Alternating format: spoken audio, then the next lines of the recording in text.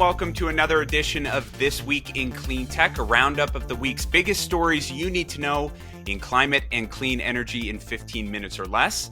Today is Friday, September 22nd, 2023. I am Renewable Energy World Senior Content Director John Engel, and we will have Evan Halper from the Washington Post joining us shortly. But I'm joined once again by PR, climate tech, clean tech veteran Mike Casey of Tigercom. Hey, Mike. Hello, Mr. Engel. I see you stayed dressed up after RE+. I actually didn't change. This is... I didn't want to say anything, yeah. But okay. But man, you must wear that wrinkle-proof stuff because you look great. All right. The spray works wonders. Yeah, same outfit since last Wednesday. And my wife is really having a hard time.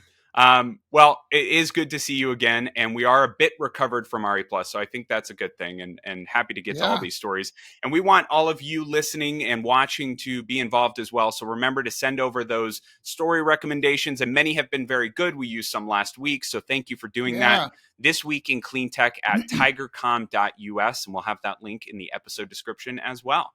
All right, Mike, kick us off. Story number one, we have a story written by Grist Maddie Stone titled "New Battery Recycling Rules Could Be a Game Changer in the EU's Search for EV Minerals." Mr. Engel, what were your thoughts? Yeah, interesting one. EU policymakers want to recycle dead lithium-ion batteries from EVs and other electronics to alleviate concerns around critical mineral sourcing and mining. So the EU now has rules to increase battery recycling, which should significantly reduce mining that's, as we know, harmful to the environment. Manufacturers are now required to recycle waste batteries to make new materials with ambitious targets for metals recovery as well. Now, I think there's a point of caution with this one, not to get too excited, because experts are worrying that this might create a whole additional duplicative economy around maybe we're going to prematurely recycle batteries, but it seems like a good start. What did you think, Mike? I've got two thoughts on this. The first is, I think the EU is such a big market to itself that when they do something, they can really pull the global economy in that direction. And I think, therefore, this has got a potential to really impact a lot of countries beyond the EU. But I'll say also, earlier this week, we taped the Cleantech Leaders Roundtable quarterly panel of investors. And there's a gentleman on that panel who talked about them beginning to invest in the lithium battery recycling space. And I must admit, I didn't know that we had achieved that sort of scale of use that we have now, that scale of need. And I thought that was really interesting that there's money going into preparing to recycle all these batteries. And I think it's just another sign of gathering momentum that we saw so many indicators of last week, John. What's story number two? Yeah, number two is written by Time Magazine's Justin Warland, titled "As Climate and Trade Become Intertwined, a Bipartisan Push for Carbon Tariffs is Emerging." What'd you take away? So worth noting, again, unfortunately, the IRA was passed without a single Republican vote, but now some Republicans are getting behind a different type of legislation. And this one would put carbon tariffs on products that are made overseas. And if the EU starts this thing, I think we could really see some really positive impacts. Yes, I think a lot of these roads lead back to China, particularly Western China, but decarbonizing manufacturing in scope 3 emissions paradigms, I think, is really kind of the frontier we've got to tackle, because if you do that and you get it right and you have honest accounting that people can believe in, you make a lot of progress and you accelerate the progress you're already making. So it's kind of a twofer. John, what did you think? Yeah, it seems to be part of a broader shift we're seeing in climate and trade dynamics, where we're moving away from a world with, few trade restrictions and a small number of countries dominating clean energy supply chains toward more protectionism. IRA, the EU is going in similar directions with supply chains spread out and with more manufacturing by countries that can do it cleaner. So Trump's presidency disrupted that more open trade dynamic, which led the EU to be the first to put a tax on carbon pollution from products coming into its borders. Biden seems to be less protectionist, but did keep some of Trump's tariffs in place. So it'll be important to see how these trade dynamics and the politics around them affect the clean energy transition in the years to come. Mike, what's our third one? I'm going to add. Yeah, go ahead. I'll introduce that, but I'll put in a different point. I think this also it undercuts one of the arguments that's often made against decarbonization in one country. A lot of the naysayers and bedwetters were saying for years, oh gosh, there's no point in the US economy decarbonizing because China's building a coal plant once every 2 weeks, or switch out over a Yeah. silly talking point. It was always a dumb argument because pollution is waste, and getting rid of pollution from your economy makes it more efficient. But I think this development is yet another spike in the end zone of reality when it comes to that argument, which is why I love it so much. Um, so I just see it as really, really a positive dynamic. Story three is Amy Feldman from Forbes reported how to build a climate-friendly skyscraper. Start small, Petri-Dish small. John, what'd you think? I didn't even have to click this link to know that I'll probably be the downer and you'll be excited about it. But I did click the link, and I think I'm more in the middle. So as you know, concrete is everywhere. It's a major contributor to carbon pollution, responsible for 8% of the world's CO2 pollution. The built environment, real estate is like the 35 to 40% range because of its main ingredient, cement. So the story notes that according to London-based think tank Chatham House, to bring the cement industry in line with the Paris Agreement on climate change, its annual emissions would need to drop by at least 16% by 2030, even as cement production is slated to increase. So here we have this startup, Prometheus Materials, inspired by coral and seashell formations. They're transforming algae into cement, and that's normally where you lose me and get me back into the solid infrastructure stuff. But it is actually pretty interesting. So Prometheus is trying to secure, I think, $15 to $35 million in venture. They're planning to build a 35,000 square foot factory. Then they'll need to demonstrate that this is viable, that they can get customers, as with any clean tech, climate tech company. And their strategic plan is to collaborate with those large cement producers and use a licensing strategy to reach $75 million in revenue by 2027. Mike, what'd you think?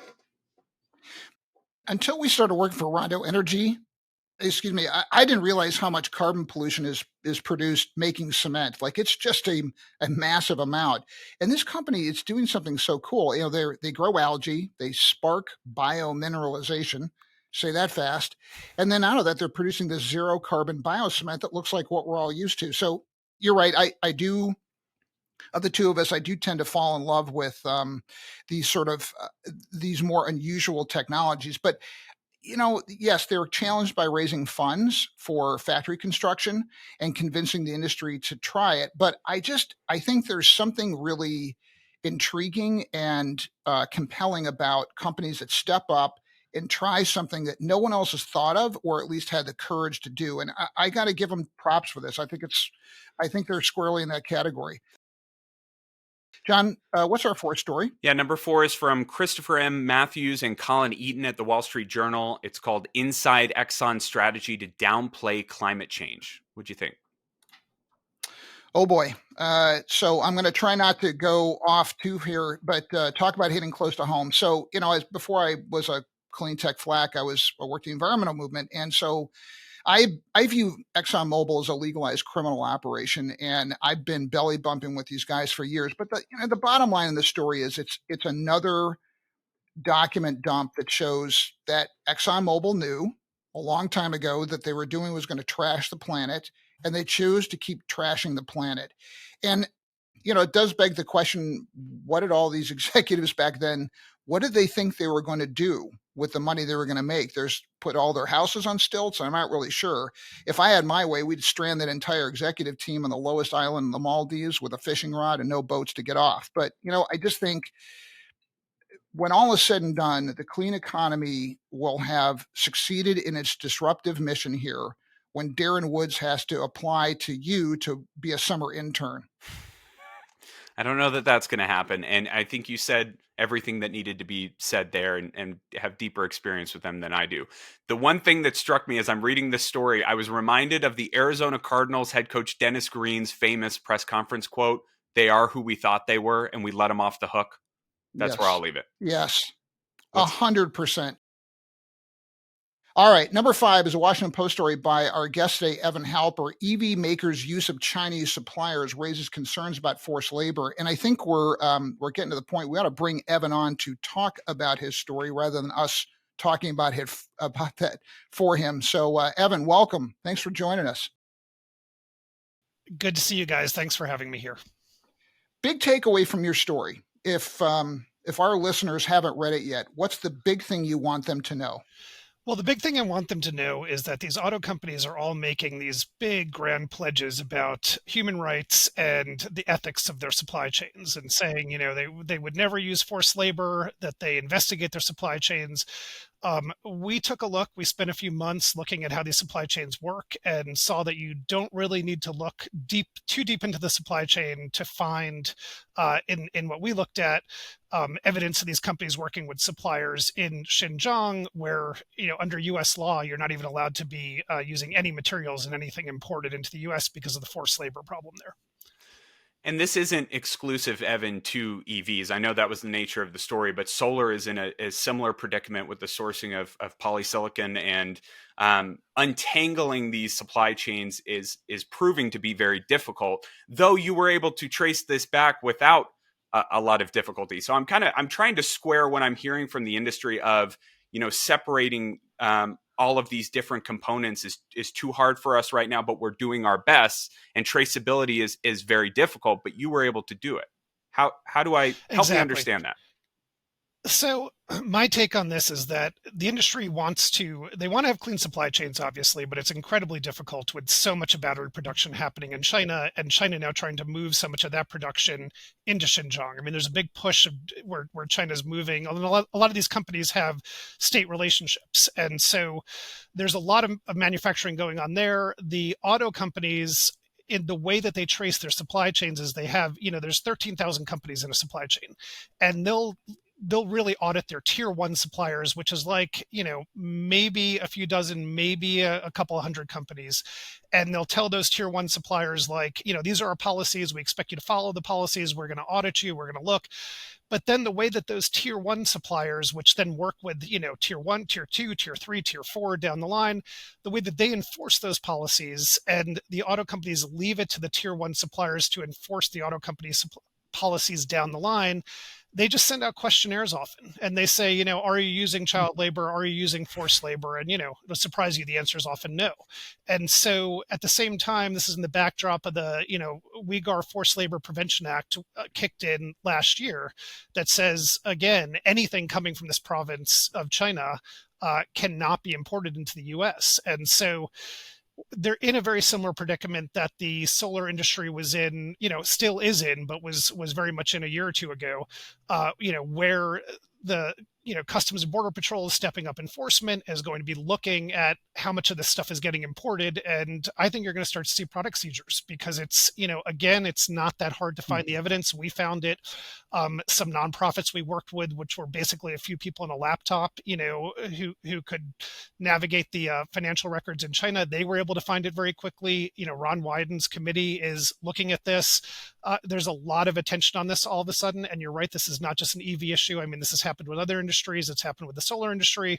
It's a broader auto industry issue, but right now the EV industry is at an inflection point, where they're making a lot of investments, they're getting their supply chain set up, and there's a lot of pressure on them to do this right, because whatever they do could be locked in for decades. Evan, my question is, for more mature industries that get a lot of their supply chain materials from China, does the same apply to the same degree, a greater degree, or a lesser degree?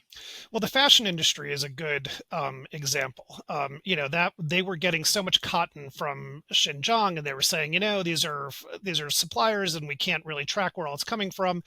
And when the regulators stepped in and pressure sort of ratcheted up, they figured it out, and they have a whole bunch of standards, and they're getting their cotton from elsewhere. It's more complicated with the EV industry, as you know. I mean, China really they made big investments early on, much bigger than the U.S. did, and they have control of a lot of these critical materials or the processing, just as they did with solar panels. And so even with the Inflation Reduction Act, I mean, we're trying to ramp up a lot of production in the US and in countries we have free trade agreements with, but there's so much that needs to be done so quickly that it's hard to move all this production away from China, and it puts these auto companies in a challenging situation.